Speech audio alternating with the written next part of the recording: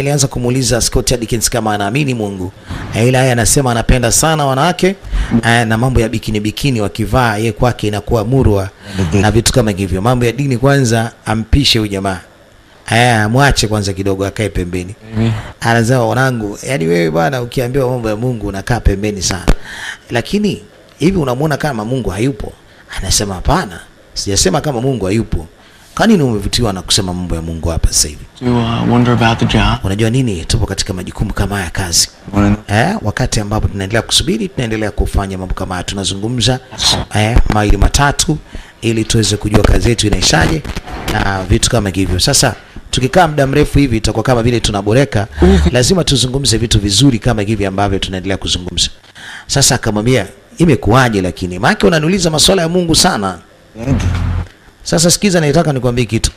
Binadamu sisi tunazaliwa, tunazaa, tunakufa. Sasa subiria siku ya kufa, basi imeisha hiyo. Sasa masuala ya Mungu yake pembeni. Mimi singependa kuzungumzia masuala ya Mungu hapa sasa hivi. Pick one. Kwa maana huyu sikuamini Mungu. Nipo katika majukumu ya kazi. Masuala ya Mungu hebu kwanza tuyaache pembeni kwanza kidogo. Mwanangu, masuala ya Mungu tuyaweke pembeni. Si ndio Anajaribu kumsii mwenzake, masuala ya Mungu waache pembeni kwanza kidogo, kwa sababu wapo katika majukumu ambayo yatawafanya wafanye kazi zao kwa uadilifu. Naambia mwanangu, sasa tunaanza kazi ndio imeanza. Mhusika ni huyo hapo ambaye amevaa koti jeupe, sulangi ya ice cream, sulangi ya cream. He looks different, like he's lost a lot of weight. Na analindwa kweli kweli huyu jamaa. Sijajua kama ni mwenyekiti, sijui ni kiongozi gani. I think you might be right. Nafikiri tupo katika wakati sahihi. Show time. It was a fucking Mercs. This prick brought his own private army. How's it look? Hebu niambie wewe kwa upande wako unaonaje? Yeah. Naona kuna mtu mwingine anashuka hapa kwenye gari. Sijamjua ni nani. Sijajua ni binti yake, mpenzi wake, lakini ni dada mmoja ambaye anaonekana ni mzuri sana. Anaenda kumkumbatia huyu mzee. Ambaye huyu mzee hapa kuna watu wanamshangilia kweli kweli. Sema Mungu wangu, kuna mdada amekuja. Toy. Atakuwa labda ni toy yake mpya hii. Yaani ni demo wa kumchezea. Watu wanapiga kelele kweli kweli. Kuna vitu hapa ambavyo mzee labda huenda anataka kuvifanya. Hao waandamanaji walikuwa hataki hiyo mambo. Kwa hiyo walikuwa wanampinga. Hawataki kuviona hivyo vitu. More than we make. That's not hard. Slight northwest breeze. Hebu angalia upande wa kaskazini mashariki. Anamwambia jinsi ambavyo upepo unavyokuja. Unajua lazima kwanza wapime upepo ili wajue risasi itampenya vipi huyu mzee. Sasa anamwambia apige risasi. Jamaa kwanza anaanza kufikiria, anaanza kuwaza, na huku tayari kasharuhusiwa kwamba hii ndio nafasi ya pekee kabisa kumtwanga huyu bwana atandikwe risasi. Lakini binti alivyogeuka nyuma aligundua kuna sniper. Haraka sana anamkumbatia huyu bwana kama kufa afe yeye, lakini risasi isimfikie huyu boss. Kudadadeki. Inakuwaje nimemua huyu binti? Still see her breathing. Still have a shot. Bado anaendelea kuhema. Hebu tu focus kwa huyu mtu ambaye inabidi tumuue. She's not just a fucking focus on the... Lakini huyu inaonekana kwamba si malaya. Kama ni malaya asingekubali kufa kwa huyu mzee. Lazima atakuwa ni mtu wake wa karibu, labda ni mtoto wake. Sasa polisi wanashindwa ama mabodyguard wanashindwa kumlinda bosi. Wao wanalinda upepo. Wanaanza kupiga risasi hovyo. Sasa wakamwacha bwana. Akatandika risasi na hatimaye anakufa. Wao walijua labda gaidi kaondoka nini. That's a confirmed kill. Tayari kashapoteza maisha. Sasa kilichobaki ni kutimka haraka sana. Manake kabla hawajakamatwa, wenda tayari walinzi katika kile eneo wameshajua wapi risasi imetokea. Kwa hiyo sasa wanakuja ilibidi wageuze haraka sana watoke walipotokea baada ya kuanza kuona ulinzi unakuja upande wao walipo. Inabidi warudi juu tena. Go. Nenda mwanangu. Sasa wakajikuta wametokea juu ya gorofa, alafu hawana pa kukimbilia. Polisi hao hapa. Jeshi linakuja. Mwanangu tumekwisha mwanangu. Hivyo nakumbuka Beirut. We just need to find some sheets. Inabidi tufanye vile. Na tukadondokea katika pipa la takataka. Na wewe mpuzi ni. Mambo ya Beirut huko hayafai. Kwanza huu urefu ni mkubwa sana. Tena ni mara mbili ya Beirut. Walifanya kazi Beirut alafu sasa wakarukia katika gari ya taka. Au vipi bwana? Ndio anamwambia leo tena waruke. Lakini huku ni mbali. Hata kama watadondokea katika hilo pipa la taka ama gari ya taka watakufa. Sasa wanajaribu kupita sehemu nyingine ili walau wafanikiwe kuondoka. Mambo ni mazito, yani mpaka kufanikiwa kuondoka hapa sio kazi ndogo. Oho, wanakutana na mama mmoja hapa, anataka balaa sana. Mama anaambiwa akae pembeni amfiche mtoto wake kwa sababu kuna kazi hii hapa hii. Mama anamziba mtoto wake masikio. Sorry. Anamwambia mama, samani sana mama, samani, hatukukusudia kufanya yote hayo mbele yako, kwa hiyo utatusamehe. Jeshi la polisi hili hapa linakuja. Jeshi la polisi linakuja kwa kasi sana baada ya kusikia kuna ripoti ya wauaji. Sasa linakuja kuzingira upande mwingine wa mjengo.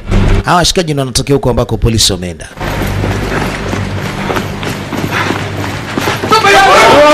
Polisi wanaweka chini ulinzi. Jamaa anasema jamani, kweni wapole basi, tumekubali kushikwa. We give up. Hamna shida, tumekubali kushikwa, si haina haja ya kutua. Any thoughts? Besides we're fucked. Haraka sana wakamvua begi. Slow. Jamani, taratibu basi, kama mnanisachi au vipi? Kamkita bonge, wanasema ni ndonga. Cheche. Haya, kazi ni kujitetea tu hapa ili waweze kusepa.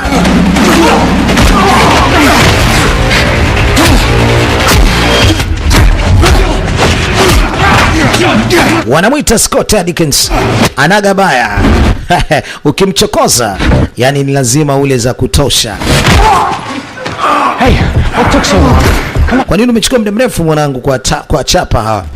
Huyu mshikaji mwingine uwezo wa kupigana kama Scott hana.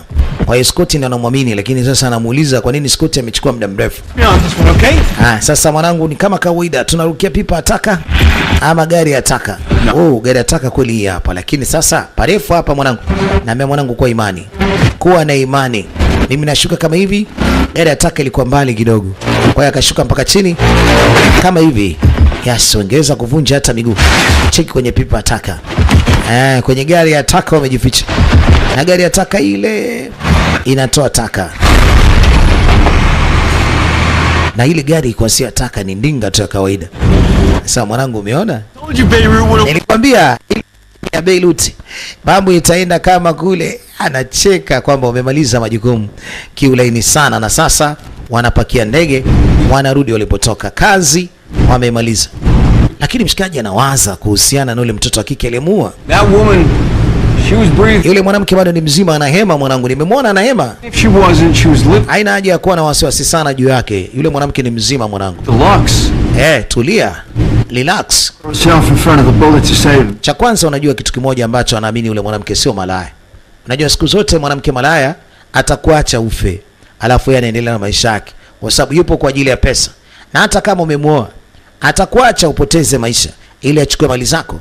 Hataweza kujilinda kwa ajili yako, lakini mtu anayekupenda atakulinda.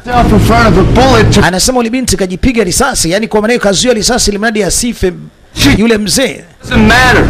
Sio tatizo, lakini tumemua mhusika. Anasema nimekusikia tokea mwanzo anasema upuzi kama huu. Mimi najisikia vibaya mwanangu kuua mtu ambaye hahusiki. Lakini hata hivyo alimwambia, sikiliza nikwambie. Nilikwambia tokea mwanzo mlenge ukaanza kufikiria yule binti alikuwa hayuko mbali. Au vipi bwana? Alikuwa yuko mbali yule binti. Ungemuua. Sasa unaanza kuanza sasa hivi. Hesabu ni rahisi kwamba tumemuua yule mshikaji. Hata hivyo isitoshe yule binti yuko na watu wabaya. Yule jamaa ni muuzaji wa silaha. Ni mbaya. Awe demu wake asiwe demu wake. Kwamba yule mzee yuko naye, ushirikiano wake ni kwamba anashirikiana na mtu mbaya, kwa hiyo kufa kwake ni sawa tu. Acha kuwaza. Mama huyo hapa anatupigia simu. Yeah. Nimesikia kidogo na matatizo na umezingua katika kazi ya leo. Ila nimesikia kwamba umemaliza kazi ila umeua na mtu asiyehusika. Anamwambia ndio. Lakini vipi, uko sawa? Great. Anasema niko sawa, lakini nimedata kidogo kuhusiana na kuua mtu asiyehusika. You need to talk to someone. Sasa akamwambia, sikiliza, wala uende ukazungumze na mtu ambaye anatoa ushauri na saa. Christ. Anasema hapana, sitaki huyo mtu wa ushauri na saa, sitaki mtu yote, niko vizuri. Lakini hata hivyo mama akamwambia, kama unajisikia vibaya zaidi, kwa nini usifanye safari? Akafanya safari yote ya matembezi, kama ni kutoka nje ya nchi ama kwenda sehemu yote ile, akale bata. Alisema mama, jambo hili limekuwa ni zito na sio kazi rahisi. Sasa msikiliza. Take some time off. take some time off, kwamba hata achukue likizo apumzike kidogo, akale bata, achukue chumba nini, hata aende Zanzibar, lakini anasema atashuka, akishuka watazungumza. Kazi kaimaliza, lakini kamtandika mtu mwingine sie. What? Nini mwanangu, mbona unawaza sana? And? Alafu wamesema sehemu zangu nyete, alafu ni watu ambao wanacharuana kila wakati. Hatimaye ndege imefika kunako husika, wameshuka. Grab a bite to eat. Mwanangu, tuenze tukapate hata bia, tukapate hata bites, sababu tumeshamaliza kazi. Lakini mshikaji anasema hapana, cha mimi niende nyumbani. Bado mawazo juu ya yule mtoto wa kike mwenye maisha yake, amemuua pasipo kukusudia. Hakama kama ni vipi weekend hii John zetu wa Amsterdam au vipi? Wakale bata. Asau yale ambayo yametokea ni kazi mbona ya kawaida. Rafiki yake alikuwa anamwambia aje Amsterdam. Mshikaji anaishi Amsterdam, Uholanzi. Lakini huyo hapa anaishi Uingereza.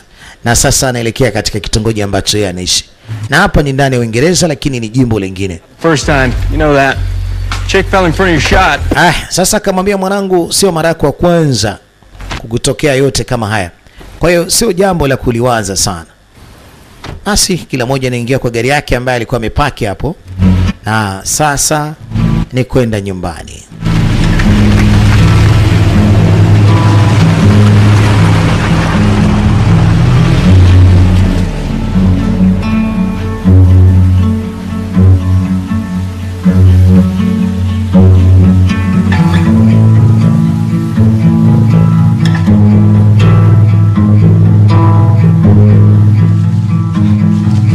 Basi mshikaji Scott Adkins, haya ndio makazi ambayo anaishi nje kidogo ya mji, na huwa anapenda sana kufanya mazoezi, piga tizi kweli kweli. Anaishi mwenyewe na haya ndio mazingira nyumbani.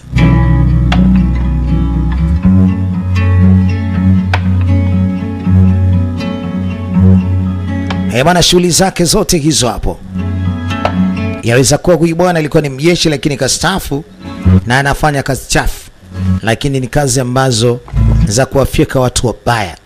Kama anapewa kazi ya kumuua mtu fulani, anamwangalia huyo mtu kama ni mzuri, kama ni mbaya, anafanya kazi yake.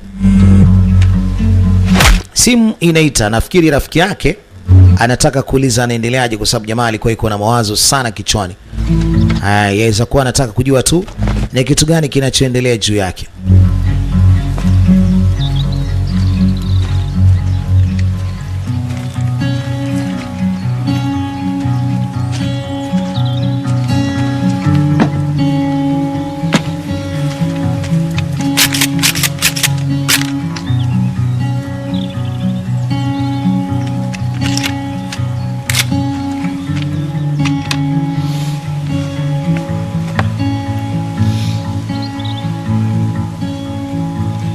Sasa amepumzika pembeni na bunduki yake hii hapa ya masafa marefu rifle, na hapa alichokuwa anakifanya ni kuisafisha ili iwe katika mazingira mazuri. Lakini anaipiga simu kwa sasa alikuwa anaitwa Tamara. Tamara ni bosi wake. Ile simu hakutaka kuisikiliza, alichokifanya ni kuifanya iwe silence ili simu isipige kelele wakati ule anaendelea kufanya mambo yake. Anasafisha bunduki yake.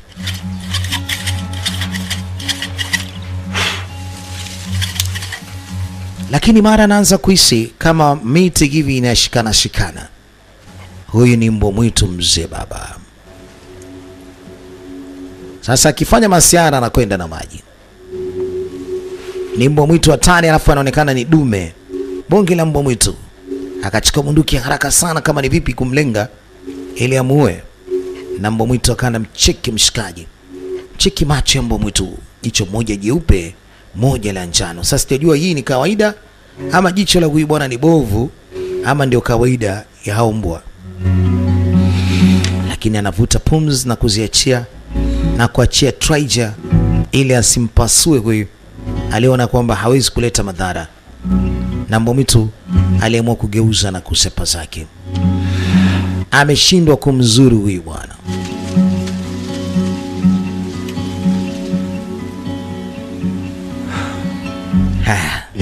Anasema happy hunting friend. Yani ulikuwa unataka kuja kufanya mawindo, nikutakie mawindo mema bwana. Happy hunting friend. Mawindo mema rafiki. Simu inasumbua tena. Anasema Mungu, huyu mtu nimeshamwambia mimi, lakini bado hakubali. Ninahitaji kupumzika ama kuacha kazi kabisa, lakini sasa simu zinaita kupitiliza. Basi ilibidi amsikilize. Hey Tam. Hey Tam. I'm good.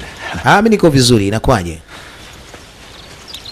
Oh, you know, just Anasema kitu ambacho alikuwa anakijua ni kwamba nilikuwa tu nimeamua kupumzika. Kwani kitu gani kinachoendelea mama? Nipe taarifa. Aha.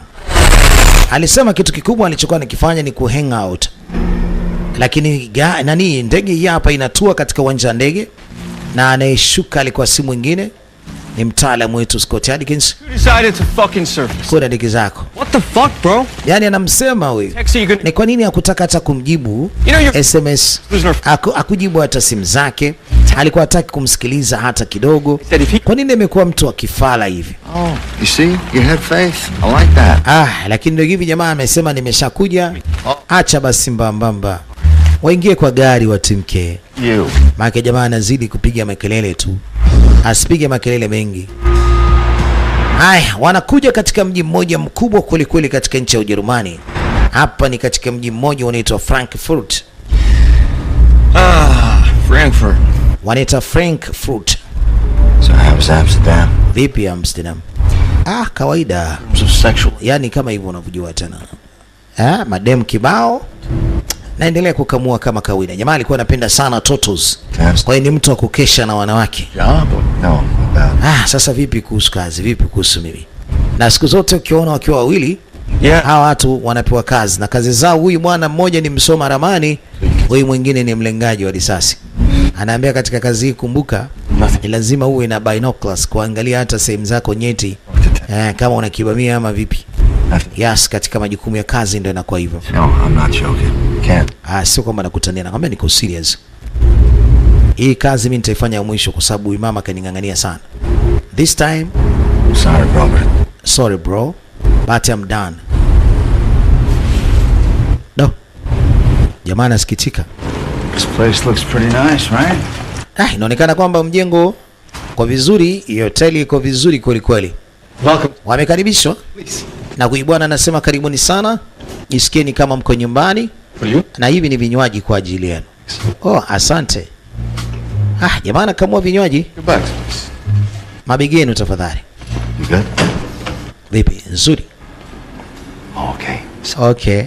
Kaa kimya. Kukaa kimya nako pia ni tiba.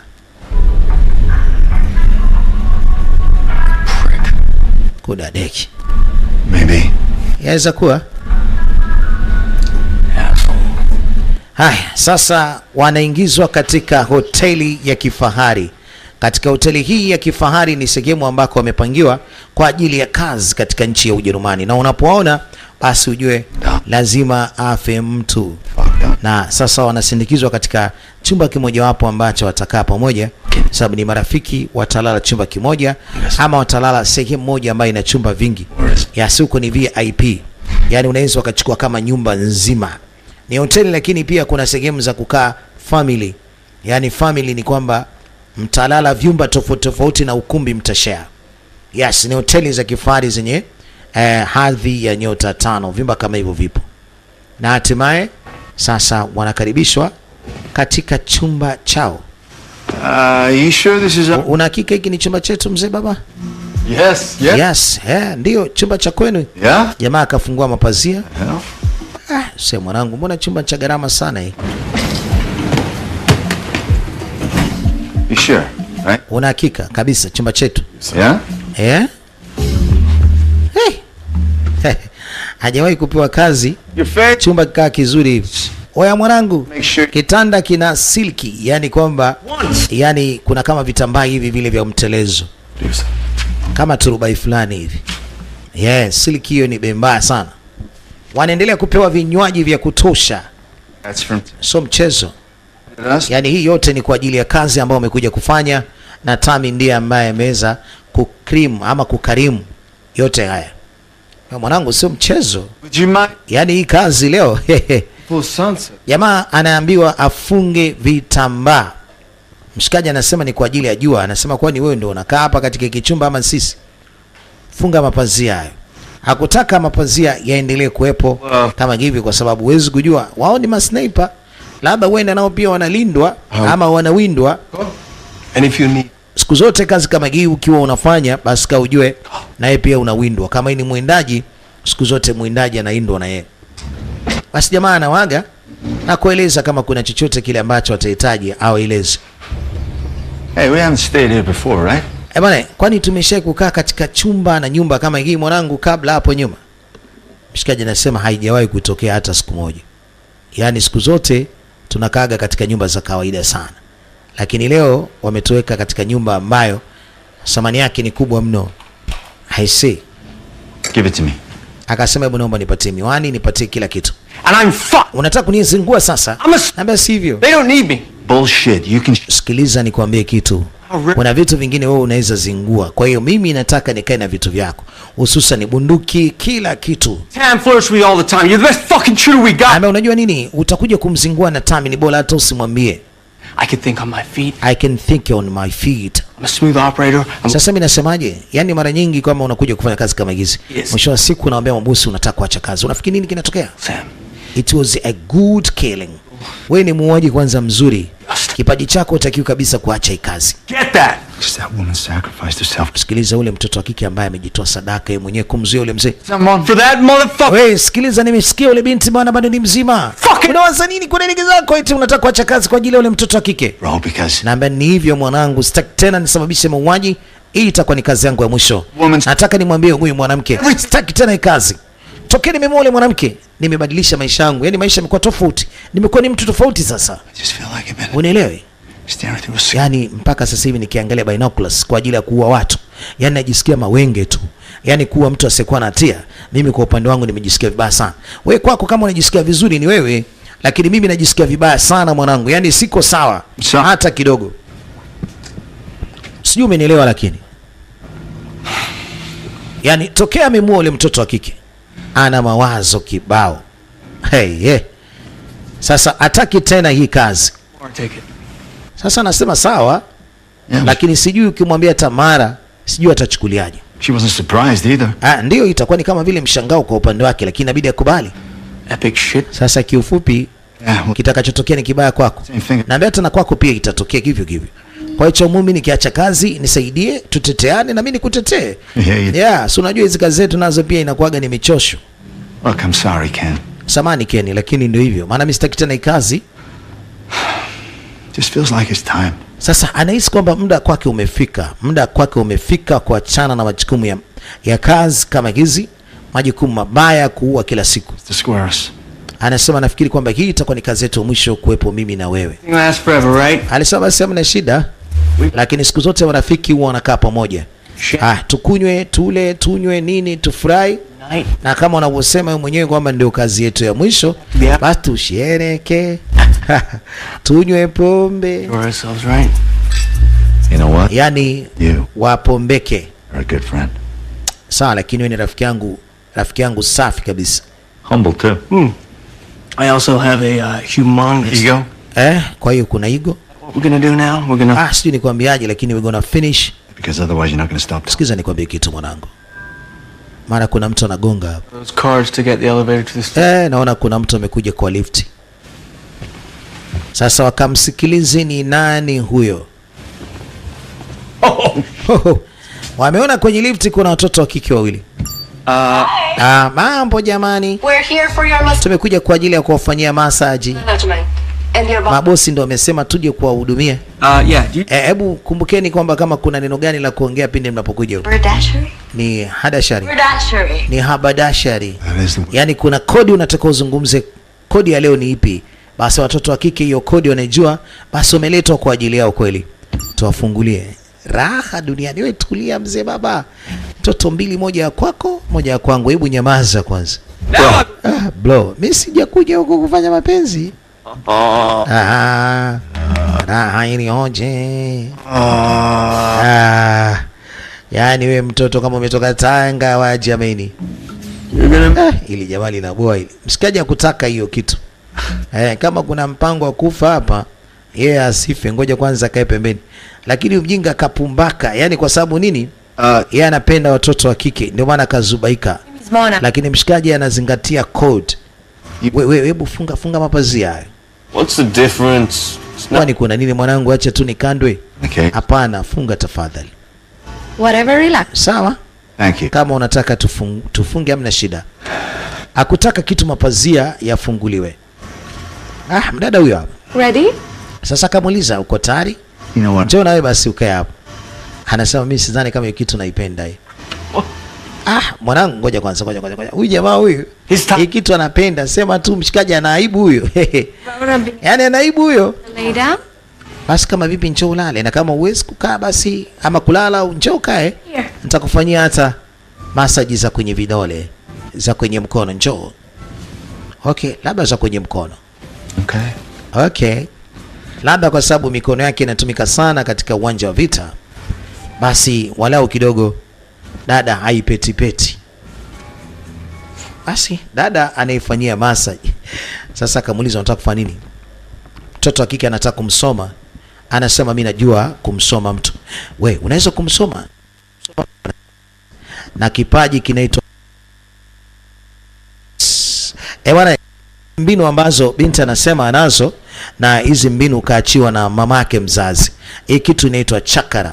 Ni moja kati ya mbinu za kumwangalia mtu, hata kumtabiria maisha yake kwamba ni mtu wa design gani. Everyone has a spirit. Kila mmoja ana nafsi yake. Not. Wherever they believe, basi lakini mimi naweza nikakutafsiria. Used to read palms. Anasema mara nyingi bibi yangu alikuwa anatumia yani vidole, yani palm. Vidole ama palm ni kama vile kiganja. Palm ni kiganja. Kwamba anaangalia kiganja na baadaye anatafsiri. Anasema kweli unaweza kutafsiri? Anasema yes. Nimejifunza kutoka kwa bibi yangu na kwa mama yangu. Uwezo nao wa kutafsiria. Basi sikiliza. Mimi nakugea dola 1,000. 100 kwanza, sio dola 1,000. Nakugea 2,200. Nitabirie. She's literally going to get. Wewe shauri yako. Wewe binti atakuja kukufanya upoteze hiyo hela. Kwanza akamtolea gololi ya mazingaombwe. Hapa. Oh. Shit. That's Shit. Harry Potter wizard shit. Yaani umekuwa kama vile ni yule mchawi anaitwa Harry Potter isi. Wait, come on. Ngoja kwanza, come on. I've never had anyone. Nataka nione hiyo sasa, hiyo kitu inatumikaje, uwezo wake. Nataka nione. You see, finally some honesty. Anasema hatimaye sasa binti amekuwa ni mkweli. Umeona kitu anachokisema? Hai, yes, hiyo ndo kazi yangu. It's never locked. Sasa siku zote mikono waga idanganyi. Say no more. Kwa hiyo unaweza ukasoma mkono wangu, basi hebu usome. Nataka nijue maisha yangu kama unaweza kuyaona. You don't like to stay in one Cha kwanza upendagi kukaa sehemu moja, to grow old. alafu utaki kuzeeka, You want to be a bad boy your whole life. alafu unataka kuwa mtu mbaya maisha yako yote. I love you for it. Haya, unapenda sana mademo wewe. Yani kila kitu alichokisema ni hicho. Hajakosea hata kimoja. Cha kwanza mshikaji hataki kuzeeka. Cha pili apende kukaa sehemu moja. Cha tatu ni kwamba anapenda kutembea kila mahali. Anapenda na mademu.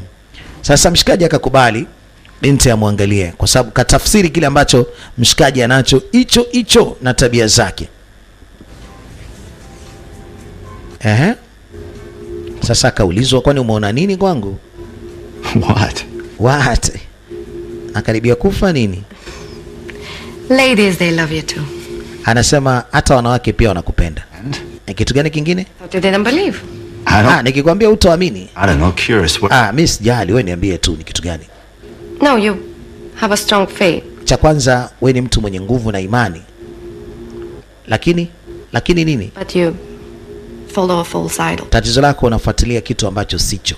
Sorry. Yani false idol. That one. Anasema hilo doli lenyewe hilo sasa. Ni mdada moja na danganya sana. Tatizo lake haamini kwenye bahati huyu jamaa. Lakini anasema hili jambo halitakuwa kwa muda mrefu. Litaisha. Tafsiri yake ilikuwa ni ngumu kidogo. Basi cha muhimu ni bora hata kwanza wakunywe. Waache kuwazawaza mambo ya tafsiri zile ambazo zinasemwa hapo. Look at this. Nini tena hiki?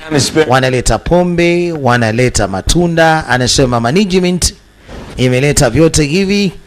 Tunaleta matunda kwa ajili yenu bwana. Mfurahi, mkule maisha. Hawa akazungumza lugha zao ambazo wanazijua wenyewe. Uona matatizo gani wewe? Ni kama vile wameambiwa waondoke, wanafungua mapazia. Sasa huyu anasoma mchezo. Mbona wewe binti wewe, si nakwambia wewe funga mapazia. Mapazia si kwa ajili ya upepo bwana mkubwa, mkule bata. Wewe nimeshasema kula bata ndo nini? Sitaki kuona bana. Fungeni madirisha. Kwani lazima? Kwani nyinyi mnakaa nyinyi? Kaona kitu bwana. Ameona kitu. Kuda deki. Sasa inakuwaje wa jamaa wamewalazimisha lazima mapazia afunguke? Kwa nini? Ken yuko vizuri, anambia yeye mwanangu niko vizuri. Vipi umemwona huyo jamaa? Anasema nimemwona lakini yuko juu kule. Sasa huyo jamaa atakuja kunilenga hapo. Shots are off. We didn't shut those drapes. Where's that remote? Got it, give it me. Sasa anasema leta remote. Anataka kuchukua remote ili afungue ama afunge ile mapazia. Wakati anataka kufunga mapazia, mdada mhudumu ambaye amekuja na yule jamaa kuleta matunda, kumbe naye alikuwa ni jambazi. Yaani wamekuja hapa kwa ajili ya kuhakikisha wanachukua nafsi zao. Patamu, dada hata ajali kupigwa risasi. Zinapigwa.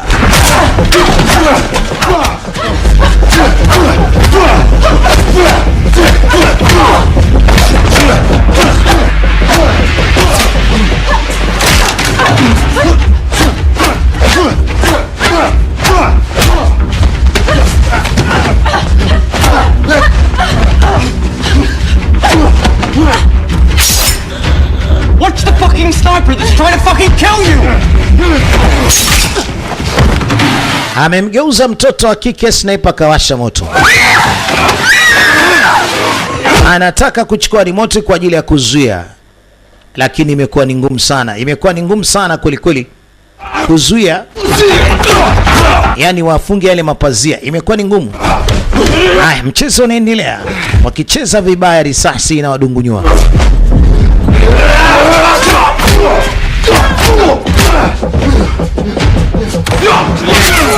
Anajilinda asitokee sehemu ambako anaweza kuonekana. Katikati kuna pazia, alafu kuna ukuta. Na mshikaji sasa ndo anajificha kwenye pazia na ukuta. Yes, kuna sehemu pale kama kuna ukuta katikati ndio walikuwa anajificha hapo asionekane. Wish! Sasa mshikaji anamtokezea huko. Na huyu jamaa hata ajali kupigwa risasi. Anamvuta mbele kwenye uwazi na jamaa hataki. Yes, Scott Adkins hataki. Amtoa mshikaji katika uwazi sasa. Si anakuja. Hataki kuelekea katika uwazi. Scott ndo anakuja. Kamiza kwanza huja. Tulia. Jinga huyu. Pazia zinazidi kufunguka kwa sababu jamaa kaegemea ama kalalia vile bidubwana. Kalalia remote. Focus! Sasa pazia zimefunguka zaidi na mshikaji sasa nadhani kashai pasua ile remote, sijui kama itakuwa inafanya kazi. Sasa wajaribu kufocus, waangalie wanawezaje kujitoa hapa. Maana sasa kumeshakuwa ni wazi. Kunaonekana vizuri kweli kweli. Case is on the bar, we can't get. Sasa kesi iko kule kwenye baa, inakuaje?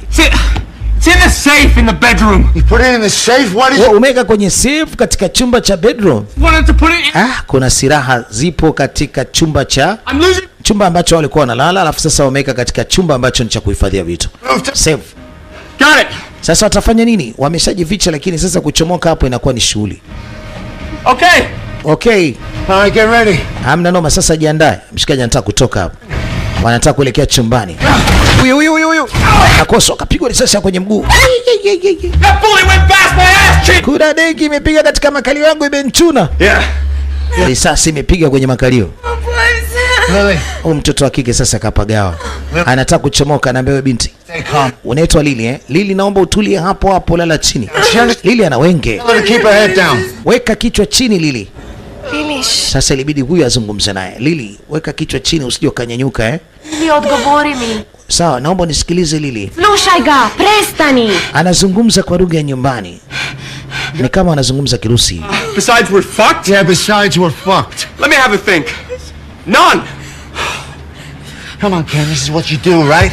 Sasa Kenny, tunafanya nini mwanangu? What we do, think about it. Yeah. Hebu fikiri basi tunafanya nini mwanangu?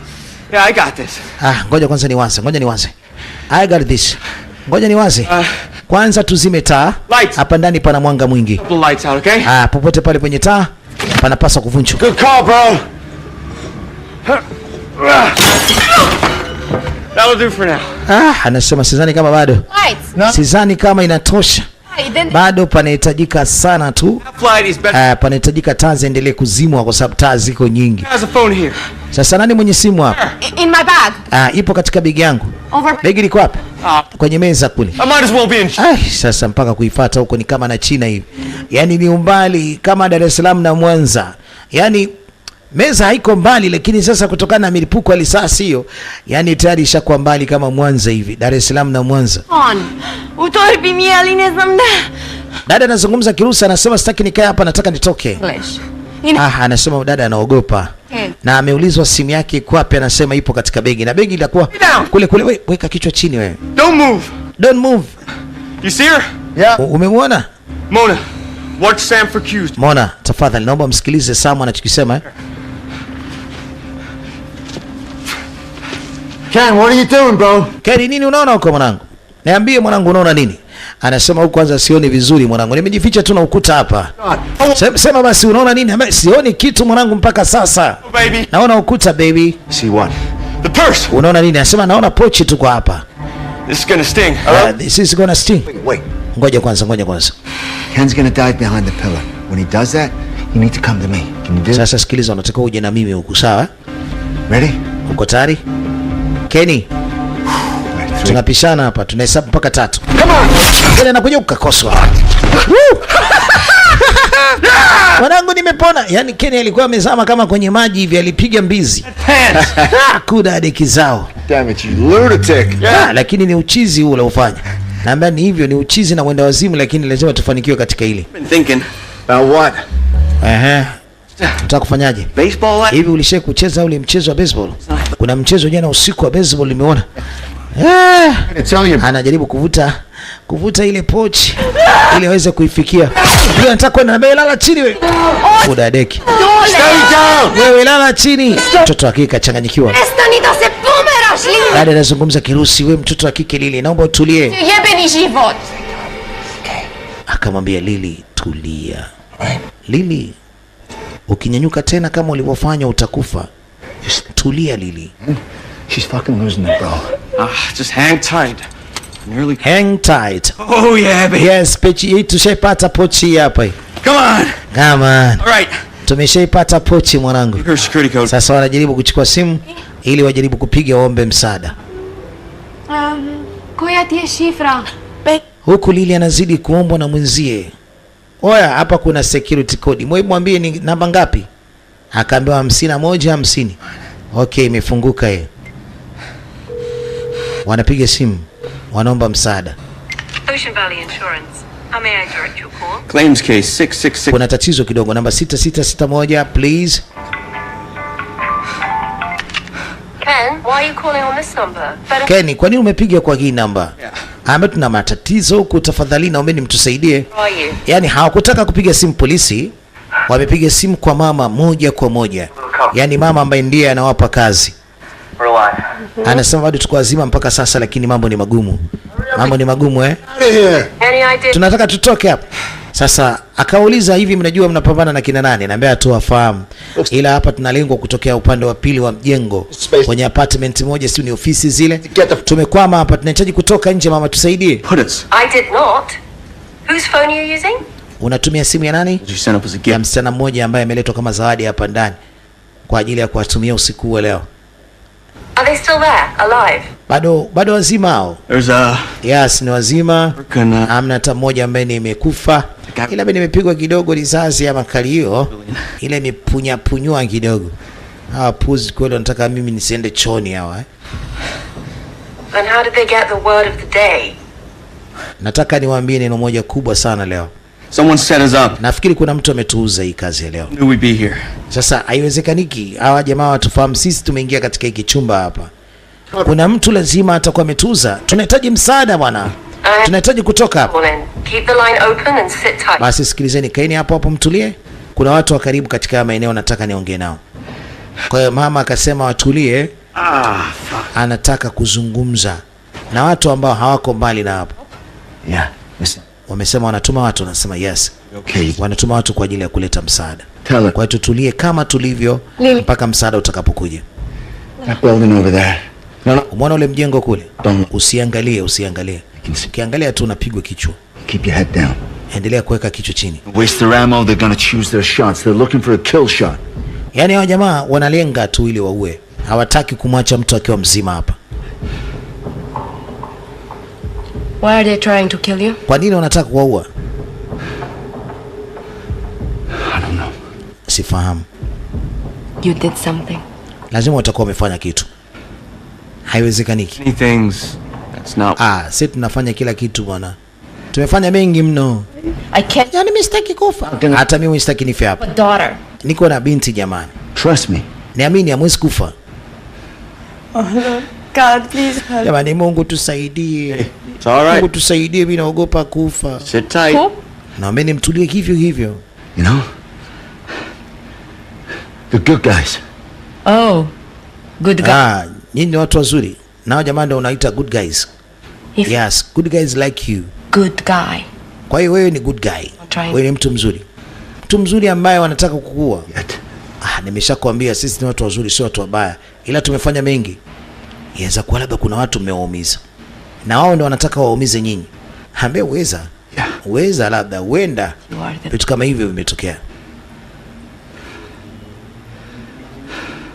We try to be, okay? What? We try to be. He's speaking for himself. Huyu jamaa anajizungumzia mwenyewe tu siku zote katika maisha yake. What? Nini?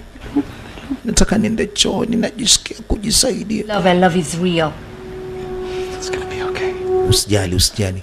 Jamaa ilibidi ampeti mtoto wa kike akamwambia kama utajisaidia hapa mama.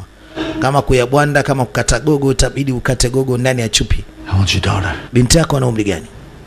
Miaka 8. What's her name? Jina lake anaitwa nani? Name is none of your fucking business, okay? Anasema jina lake likuhusu. Fine. Sawa, hamna shida.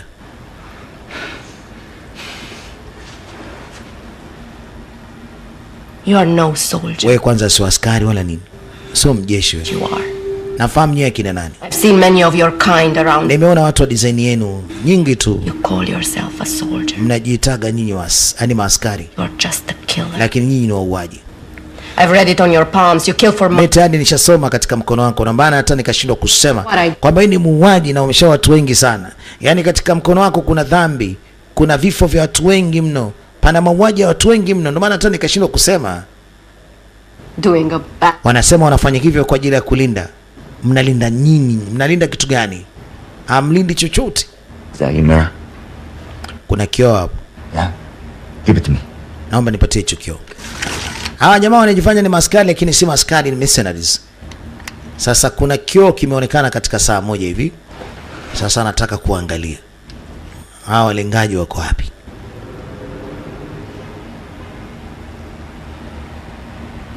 Who was it that hired you for us tonight? We got a call from Mirko, the concierge. He said we were a gift. Walikuwa waelekea kwa Michael. Wewe. Yule jamaa kamka. Sasa walikuwa wanaulizwa leo walikuwa wanafanya nini kabla ya kufika hapa? Walikuwa wanasema walikuwa wameenda kwa Michael. Wakaambiwa kuna jambo waenda wakalifanya. Wakati vurugu zinaendelea, mshikaji kapita naye huyu. Ameenda kumtetea mshikaji wake. Dadadeki. Kula nyingi. Huku kidogo huku hawafikiwi na zile risasi. Huku ni katika vile vyumba vya kulala. Yes. Zinapigwa huku lakini sasa mtu anaenda kupambana naye na uwezo. I can't get to you. Siwezi kukufikia huko. Ananiua huyu. Anajitetea. Lakini mtu anayepambana naye ni mzito. Akamchomoa nje. Yeah, I'm good. Nimemchomoa niko vizuri. You see the phone? Vipi, umeona simu? Phone? Bahati nzuri amekuwa na uwezo wa kumuua kutokana na jamaa alikuwa tayari kashajuliwa tokea mwanzo. Amemtupa nje. Simu imepatikana. Good. Vizuri. Hey, Ken. Hey, Kenny. Yeah. Thanks, bro. You saved my life. Anasema asante bro, umeokoa maisha yangu. Don't worry about it. Usiwe na wasiwasi mwanangu. Sehemu alipokaa bwana kaonekana. Alikuwa anajua aonekani. Katandikwa risasi ya tumbo. Kudadadeki. Alikuwa anaonekana bwana Kenny. Kenny!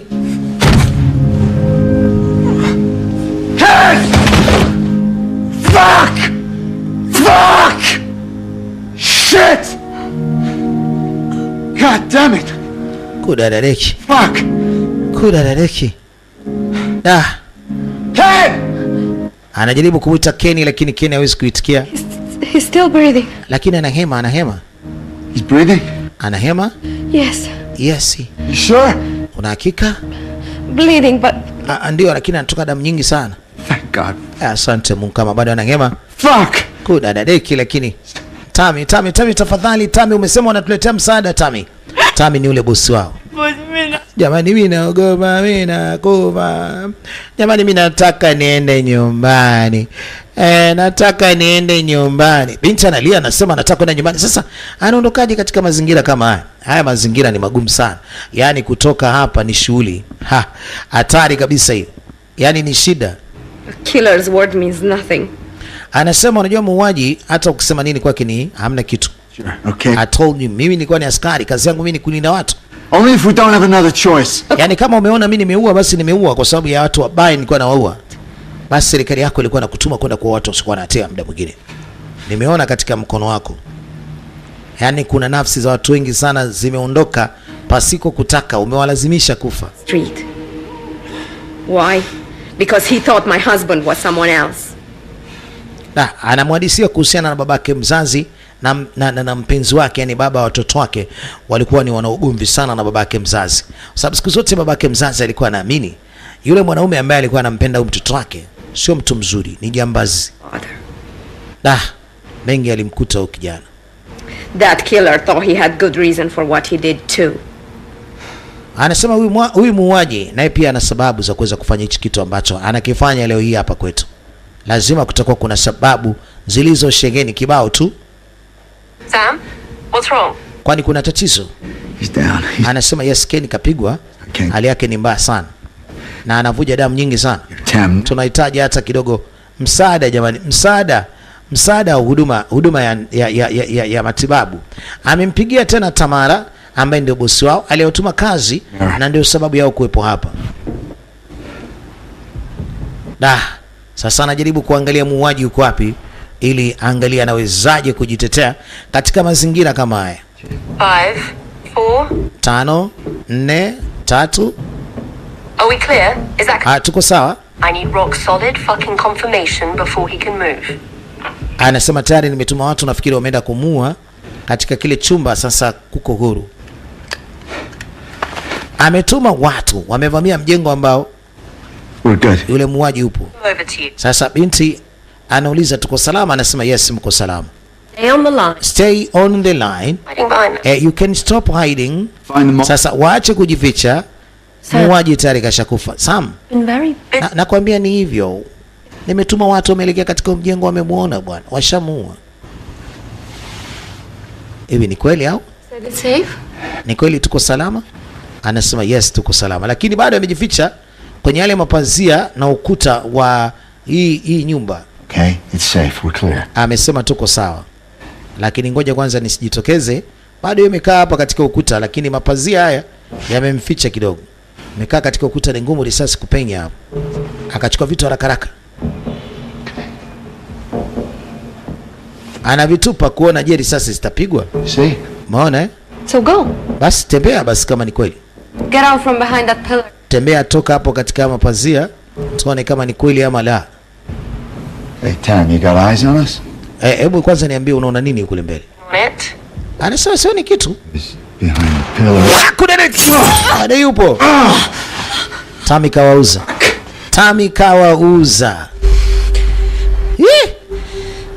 Nice try, Tam. Umejaribu vizuri Tami. I'm gonna check the flash so. Kwa dakika zako umeniambia kwamba umewaua. Smart. Kumbe hamna lolote. Ina maana basi wewe ndio umetuza You're smart. Yaani uko very smart. Kumbe nilikuwa nazungumza na mtu ambaye umetuza. This would have Shenzi kabisa, umekuwa ni muongo hivi. Anacheka Tami. People tend to see Watu wanajifanya wameona lakini what is. mara nyingi huwa wapendi. What are you doing, Tam? Sasa kwa nini unafanya hivi Tam? Nimekukosea nini? Retiring you. Tumeamua kukuachisha kazi.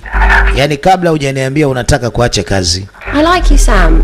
Yeah, I like you Sam. See things in terms of right. Na nisingependa ili jambo litokee katika maisha yangu. Mimi nakupenda sana. The problem. Lakini tokea nimesikia kwamba unataka kuacha kazi, na mimi sina mtu mwingine ya kumpa kazi kama wewe unavyofanya. Na mara nyingi mtu kama wewe sasa ukiacha kazi kwangu, unaweza ukaanza baadaye kutufuatilia, ukaanza kutoa siri zetu na vitu kama hivyo. Basi sisi watu tunamwaisha mtu huyo kwa saa godi mapema zaidi. Profile on you suggests you have too much empathy and you're losing your edge, Sam. So it's only a matter of time before you're triggered. Sasa sio tatizo kwamba wewe umejificha hapo, bali inatuma hata na watu katika huo mjengo na huwezi kupona, mnakufa wote. Mama hapa ana kamera za kuangalia kile chumba, ana kamera za kuangalia kwa nje. Anasema hivyo, wewe huwezi ukaacha kazi alafu mimi nikakuacha. Nimepata ripoti kwamba unataka kuacha kazi. Sasa ni hivyo, lazima ufe. Do you think you two got started? Dubai ring any bells? You're saying we killed our own? Technically you removed a couple of liabilities. Anasema kuna matatizo ambayo aliyasababisha tokea Dubai na vitu kama hivyo. Kuna kazi ambazo hakuzifanya vizuri, lakini yeye ni professional mzuri tu na alifanya kazi nyingi vizuri bila kuvunja vioo.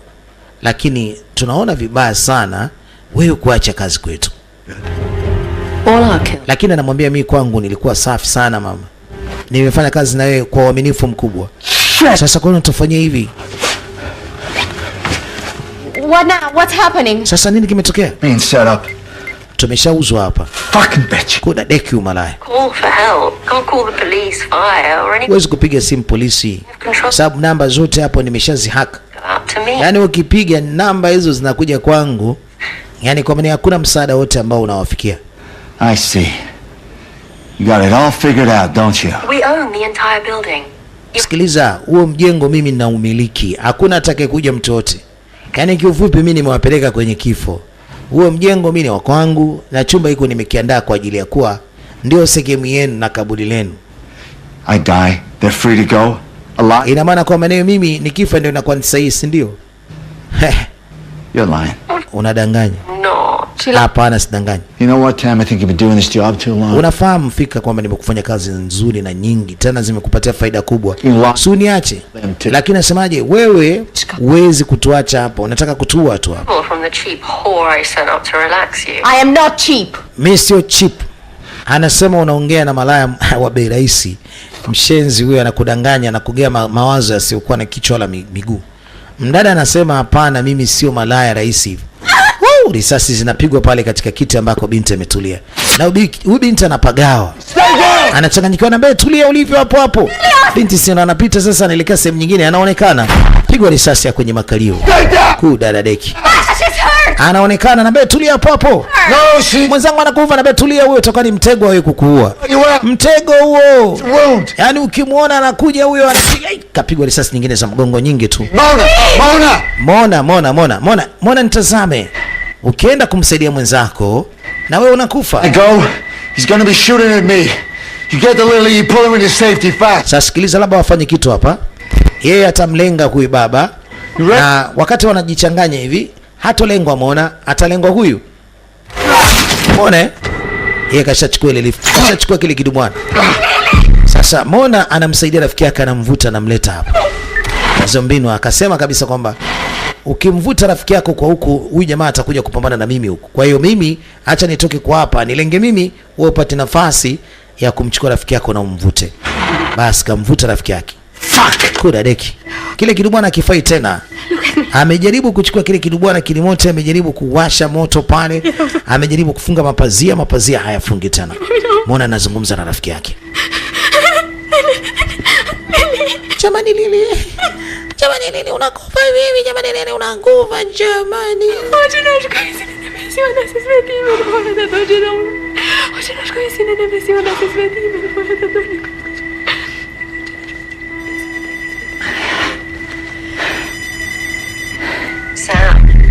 Sam. Skill set, not yours. Yaani unajua nini? So. Sisi tulipanga maisha mazuri tu na nyie. Shit. Sasa unafikiri kwamba seti hii ambayo yoye kati yako na Kenny unafikiri ilikuwaje? Sasa wewe usikutuacha hivi, just stop, it is over. Put him there. You risked your life for nothing. You're all dead, you know it. Why keep torturing yourself? Yaani kwa nini unajitesa mwenyewe? How it ends. Too much open area. No. Yani huna pa kujificha, lazima uwawe hapo. No cover. No cover. Umesema sina pa kujificha sio? Anamwambia yes. Ajisalimishe tu. Kwa nini anajipa mateso yote haya? Naona kuna begi hapo. Akaona kumbe anaonekana na hilo begi kulifikia ni gumu sana. Kumbe anaonekana. Sasa anatafuta kamera iko wapi? Anatafuta kamera iko wapi? Huyu kwa nini anatuona? Yule mdada alikuwa tayari kashaga dunia. Lily alikuwa tayari kashakufa.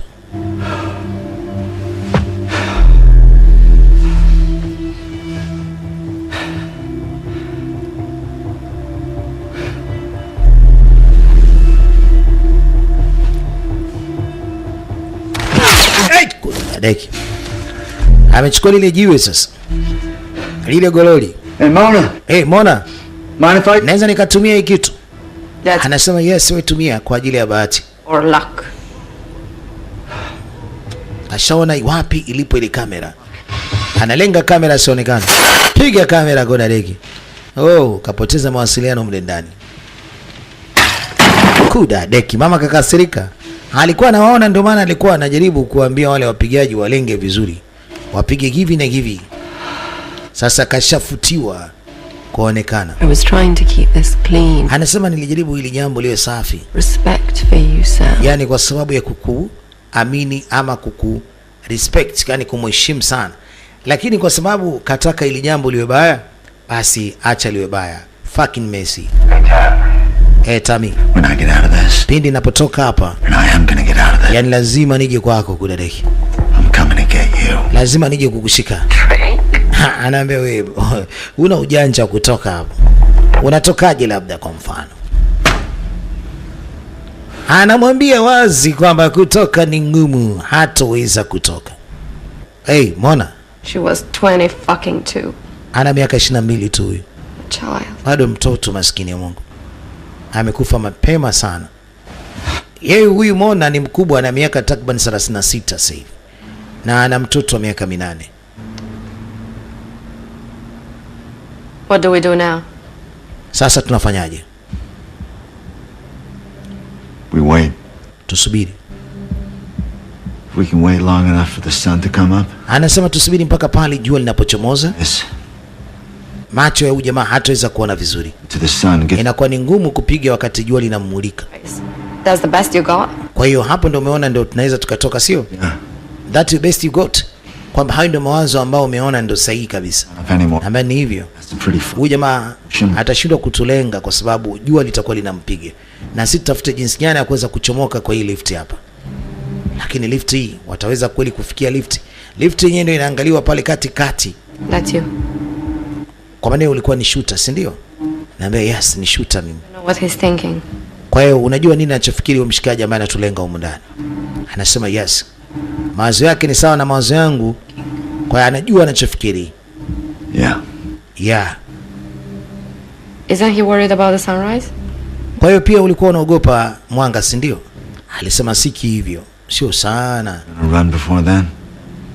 Lakini kiufupi ni kwamba kuna wakati mgumu sana wakati wa mwanga. Ile lenzi itakuwa inakufanya wewe ushindwe kuangalia vizuri. So cramped up and wakati wa baridi kali na vitu kama hivyo. Easier. Nikuulize, kwenye kuua kuna urahisi? Anasema yes. Kuua ni rahisi sana.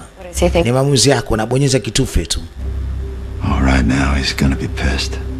Anasema mpaka sasa huyu jamaa hapo alipo ameshakaa hapa kutosha. Ameshaanza kuchanganyikiwa. Kwa ufupi, anaona kama vile ameanza kudata huyo mlengaji. Sasa nataka nimzingue kwa dadeki zake mpaka achoke kulenga hapa. Anajua asila zitamfanya ashindwe kupiga vizuri. Kwa hiyo kiufupi anataka kuendelea kubaki hapa kwa muda mrefu mpaka achoke, yani akate tamaa.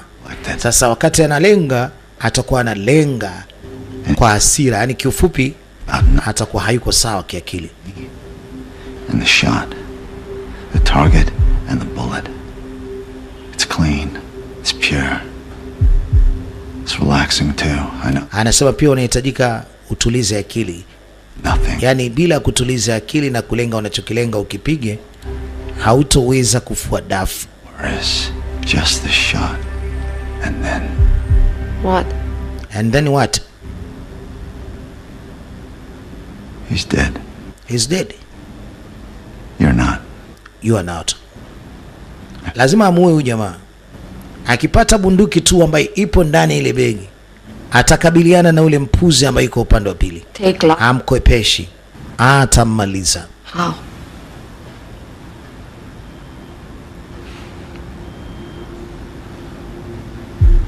I need to get that rifle.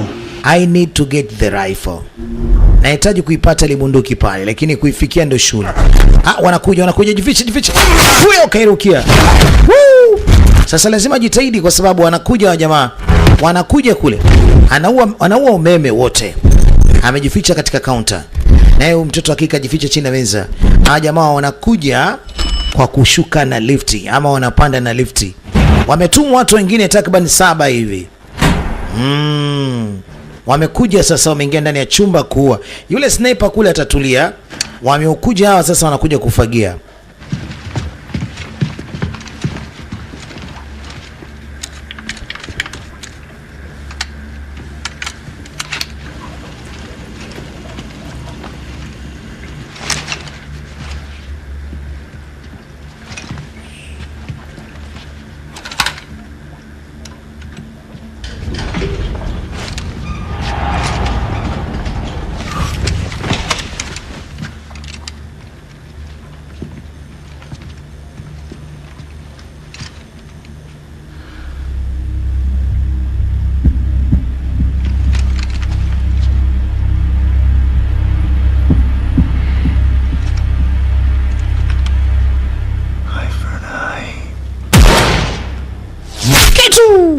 Anasema jicho kwa jicho. Katumia bunduki kutwanga kule. Hawa akapiga pale kwenye kaunta risasi kama zote. Watamu hapo. Sasa acha mimi niweke maiki pembeni, shuhudia mwanzo mwisho. Niite DJ Make. G Machine.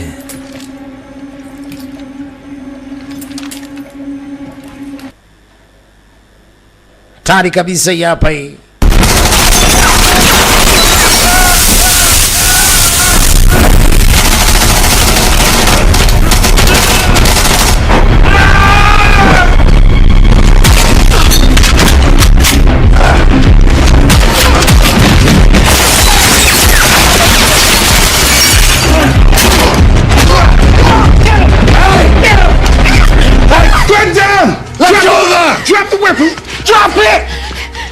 Anamwambia tupa silaha chini wewe bwege, nitamua huyu. Okay. Basi ana shida, naweka silaha chini.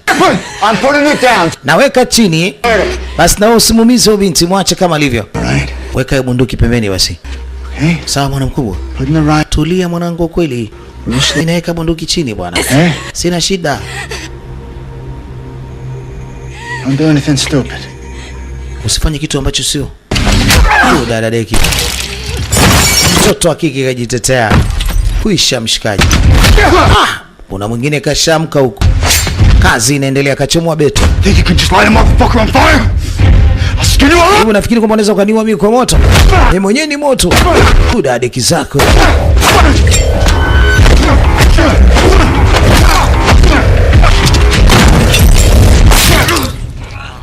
Kazi imeisha.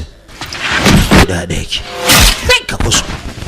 Sniper anaanza kazi yake baada ya kuona wenzake wote wamesha dedi. Okay. Niko sawa. Niko sawa. Msaidizi wa sniper tayari kasha dedi. Bado sniper mwenyewe. Sasa anamchukulia timing. Asante kwa kuokoa maisha yangu. I told you. That's why I do this. Nilikwambia ni kwa nini nafanya hivi. Kazi yangu ni kwa ajili ya kulinda watu. Hivi lini ulikuwa askari? You know, when those 2 planes went into the towers, the World Trade Center came down. Anasema mwisho wake kwa askari kipindi ambapo magaidi waliweza kuishambulia Marekani, wakaenda kufanya kazi huko. Wakaenda kufanya kazi ya kupambana na kina Osama bin Laden. I wanted to do something that meant something, you know. So Nilisaini kwa jeshini, nikaenda kama 4 tours, nikaenda Afghanistan, nikaenda Iraq. Basi ndio nikawa mkali kama hivi. Walinisainisha katika jeshi binafsi. Pay was better, but malipo yalikuwa ni mazuri, lakini that's tumefanya vitu vingi sana vikatili, vitu vingi sana vya hovyo. Huko ndipo ambako nikakutana na Kenny. Kenny naye alikuwa ni mwanajeshi. felt like we were. Yaani wakajikuta tu kwamba wamependana, wamekuwa ni marafiki wakubwa, na mpaka leo hii walivyoacha jeshi walikuwa wako pamoja, wanafanya kazi pamoja. Kwa hiyo anajisikia vibaya sana kumpoteza rafiki yake. Ukweli Kenny kwake alikuwa ni kila kitu. Anasema sisi tulikuwa ni kama shujaa, lakini pia tulikuwa kama villain, kama watu wabaya, lakini ilikuwa tunafanya ubaya kwa watu wabaya. For the right reasons. Anasema wanafanya hivyo kwa sababu maalum na sababu muhimu, sababu right, yani sababu sahihi kabisa. Not 18 anymore. Anasema kwa sasa yeye sio mtoto miaka 18 tena, na ameshakuwa ni mtu mzima na ameshafanya mengi kama ulivyoweza kuyaona. Lily is dead. And I may as well be.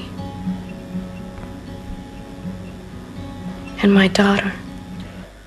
Anasema anamwaza binti yake pia, sababu Lily amekufa, amebaki na binti yake, na hajui kama na yeye atatoka akiwa mzima.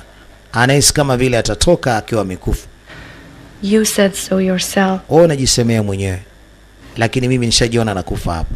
He knows your every move. Kwanza huyu jamaa anajua kila mwenendo wako. There's no... Ameshatoka katika mtego hapa, ni ngumu kuchomoka.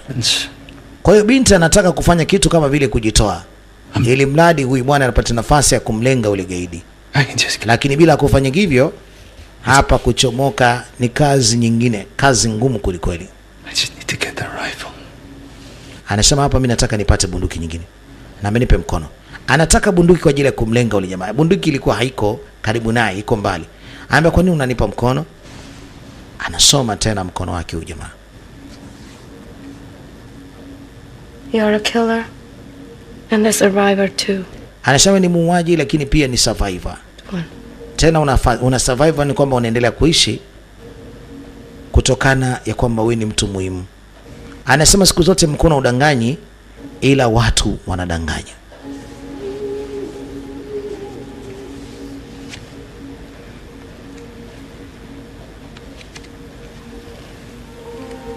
This is my daughter. Huyu ni binti yangu, anaitwa Milena. The address is on the back. Address ya kumpata huyu binti yangu iko nyuma. If I die, kama nikifa hawezi kufa.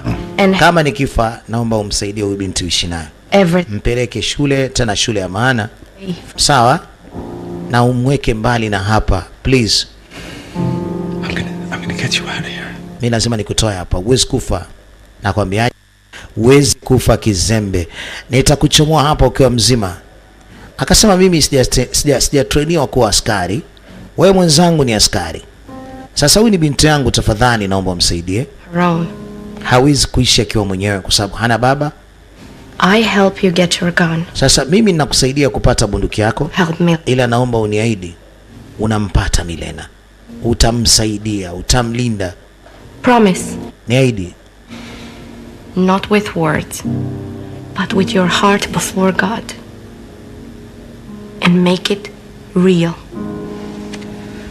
Na anamwambia aape kwa Mwenyezi Mungu na hilo jambo alikamilisha. Make it real, kwamba alifanye kweli.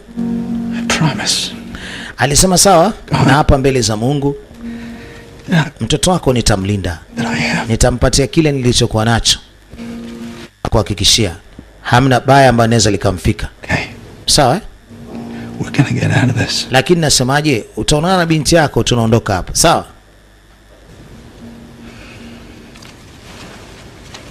Binti akasali anavyojua yeye. Go, move. Nenda. Bwana, lift inaonekana inakuja tena kwa mara nyingine. Na lift inakuja na watu. Kudadadeki. Anapambana nao. I'm fucking hate snipers. Anasema siku zote mimi nachukiaga masniper. Sasa nimekuja kucheza na wewe.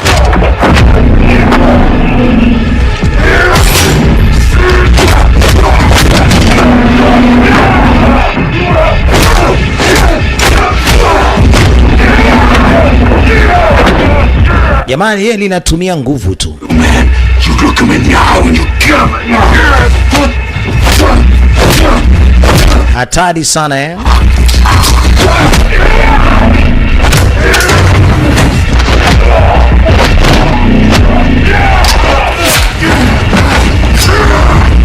Cheche, yani ni hatari baba. Wiwi.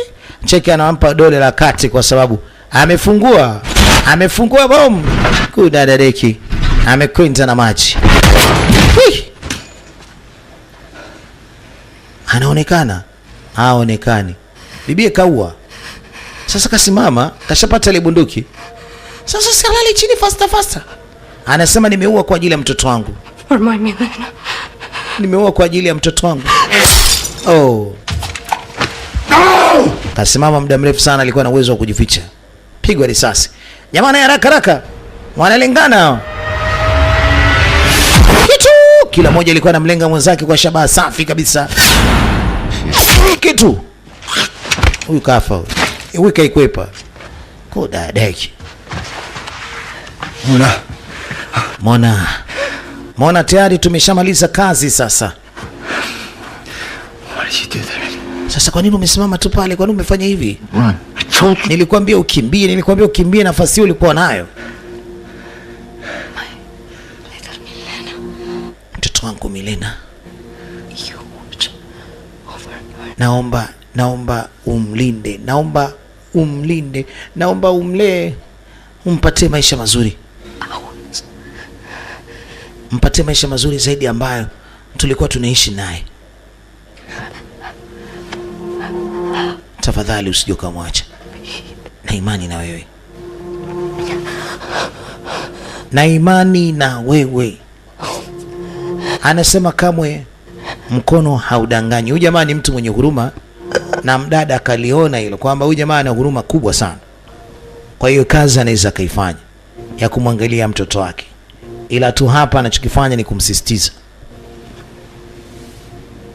Asi Mona alipoteza maisha. Mtoto wake anaitwa Milena. Wezi amini, Kenny bado ni mzima. Kenny ndo anakuja kuamka saa hii. Kudadeki. No! Niache. Usinisogeze mahali yote, naumwa mimi, naumwa. Najua mwanangu unaumia. Legs. Hata mguu wangu hawezi kusogea mwanangu. Fucker got me through the spine, man. Unajua kitu kimoja, risasi imepita sehemu ambapo penye spine ni kama vile sehemu zenye misuli, kiasi kwamba huyu jamaa hii miguu yake imekufa ganzi. Yaani kiufupi hataweza kutembea tena. Hususan mguu wa upande mmoja. Imepita katika spinal cord. Look at you, bro. Lakini umepona mwanangu. Shot through the spine. They can't get you. You're fucking stunned, man. Lakini na imani utarekebishwa tu mzee baba. Utapona. Naambia wewe huwezi kujua kwamba spinal cord yangu ambayo imepigwa hapo ni design gani. Okay. Sasa hapa tuondoke, tumeshamaliza kazi. Sorry about Mona. Asepole sana kuhusu Mona. Demu wako kafa. Alikuwa ni mwanamke mzuri sana huyu. She saved my life. Kaokoa maisha yangu mara kibao. I know. Yeah. Najua huyu mwanamke lazima atakuwa amekuokoa mara kadhaa. As in what? Why someone would give their life for some undeserving piece of shit? Save someone they love, right? Yeah. You know what? I always knew you'd fall for the first hooky you spend the night with. Fuck you. You're lucky you're a cripple, right? Otherwise it beats your fucking ass for that. Sasa tufanye mpango hapa kunyanyuka na kuondoka mara moja, maana mambo imeshakuwa sio.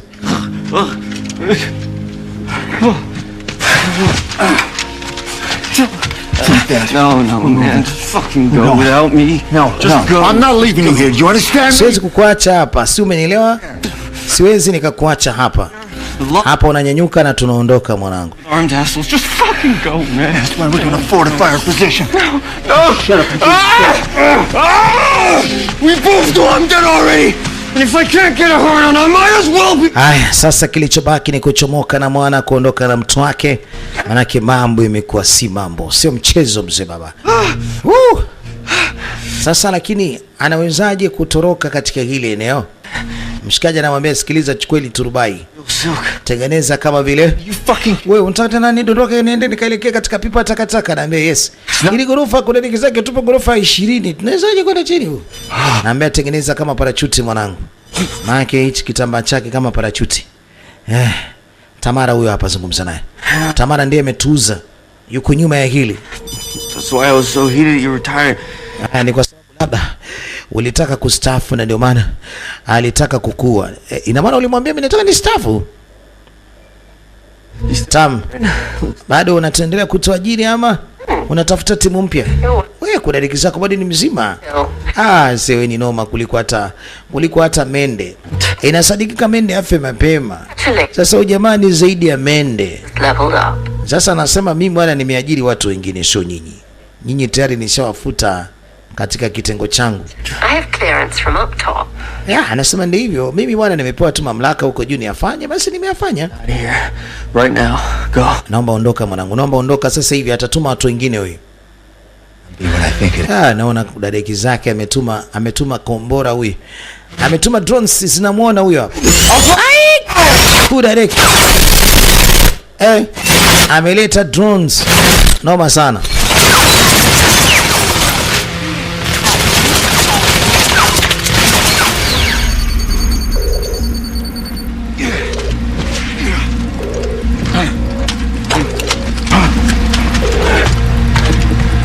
Sasa nitafute drone iko wapi kwa dakika. Kisha kamata mjengeje.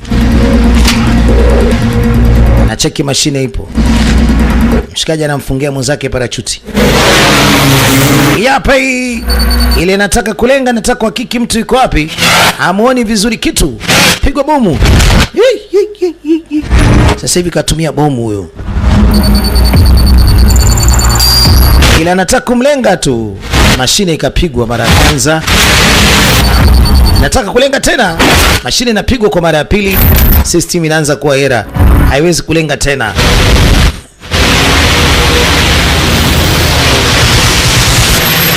Piga kitu.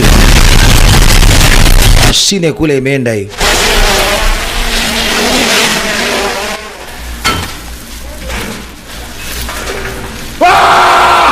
Fuck you! Let's go! Move!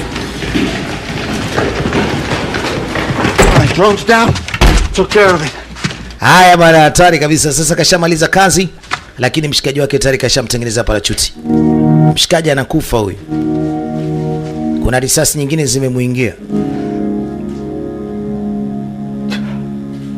Ama ni damu zimemtoka kwa wingi sana.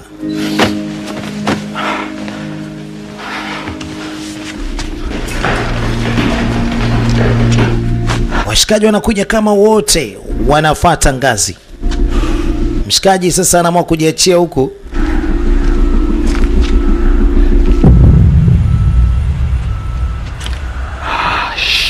Shit.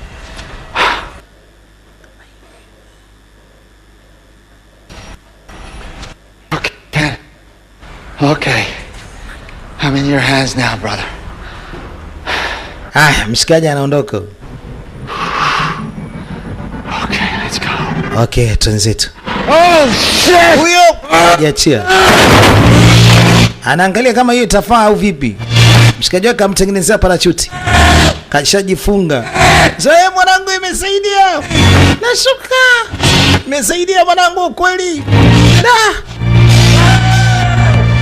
You're fucking legend! Wewe ni legend. Si imezidiwa mwanangu, inachemka hiyo. Imekatika. Chini ni mbali, bahati nzuri kwenye takataka. Bwana ana bahati ya takataka huyu. Oh shit. Okay. Na gari inaondoka kipindi hiki. Mwenyewe kashakuja kuwasha gari. Anaenda. Alikuwa ni saa 11. Jamaa anaenda kukusanya taka mtaani. Na anaenda kuzitupa nyingine. Ni Mungu tu. Yaani sio yeye, ni Mungu.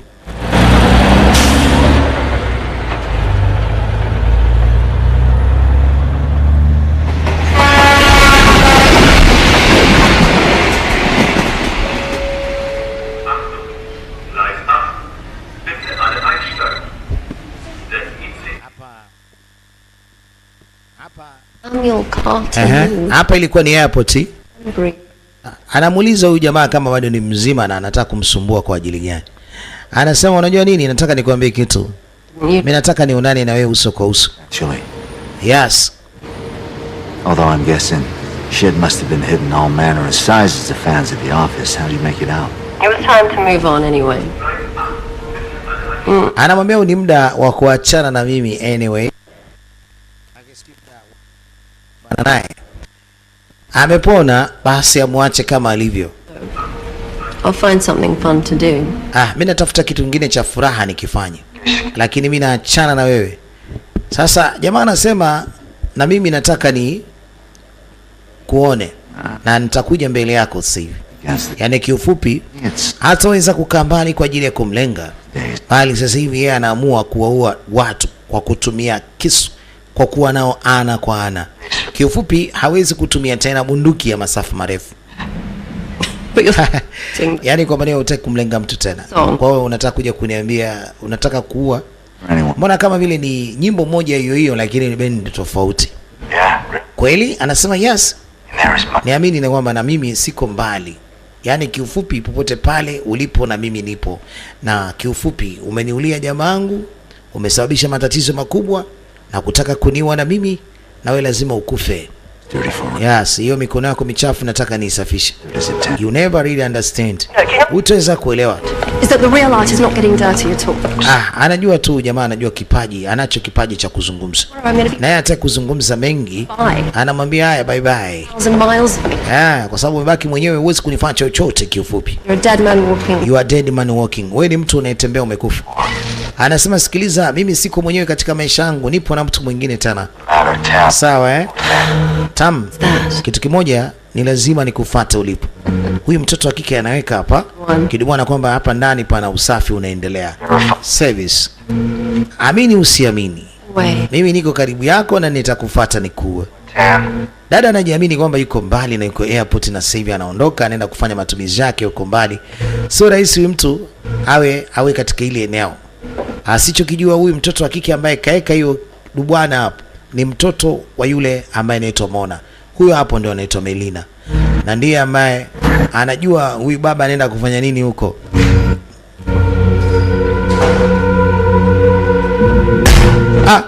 Wamesikia mlio risasi haraka sana na wai. Binti anaangalia picha mamake, hataki kujua ni nini kinachoendelea huko ndani. Anaomba tu ule baba atoke kwa sababu ndio mlezi wake. Kafyeka wote. Alipomwangalia ni yeye, kakamata mkono wake, sasa wanatimka. Anahakiki ni yeye kweli? Ni yeye. Basi wanaondoka. Mtoto kashapata mlezi na atapata maisha mazuri na kuibwana pesa ipo. Mimi sina mengi ya kuzungumza. Tunamaliza take over kama hivi kutoka ndani ya idara ya Acheche.